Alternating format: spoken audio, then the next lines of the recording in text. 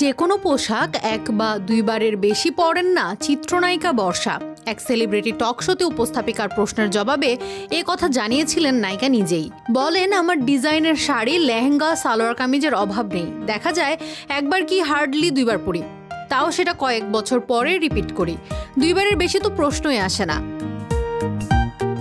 এমন কথার কারণেই সামাজিক মাধ্যমে ভাইরাল হয়েছিল টকশোটি। বিষয়টি নিয়ে ট্রোলের শিকার ঢালিউডের নায়িকা। নেটিজেনরা বর্ষার এই ভিডিওর সঙ্গে আলিয়া ভাটের একটি টক শো এর ক্লিপ কোলাজ করেন। সেটিতেও উপস্থাপিকা আলিয়াকে একই ধরনের প্রশ্ন করেন, তবে বর্ষার মতো উত্তর দেননি আলিয়া। তিনি বলেছিলেন, হ্যাঁ, আমি সব পোশাক বারবার পরি, জুতা, ব্যাগ, জিন্স, আউটফিট সবকিছু।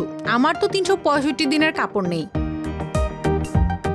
নেটিজেনরা আলিয়ার সঙ্গে বর্ষার দৃষ্টিভঙ্গির তুলনা করে ভিডিওটি শেয়ার করছেন। তাদের বক্তব্য, আলিয়ার মতো একজন আন্তর্জাতিক তারকা যদি এক কাপড় একাধিকবার পরতে পারেন, তাহলে বর্ষার মতো নামমাত্র নায়িকা কেন পারবেন না?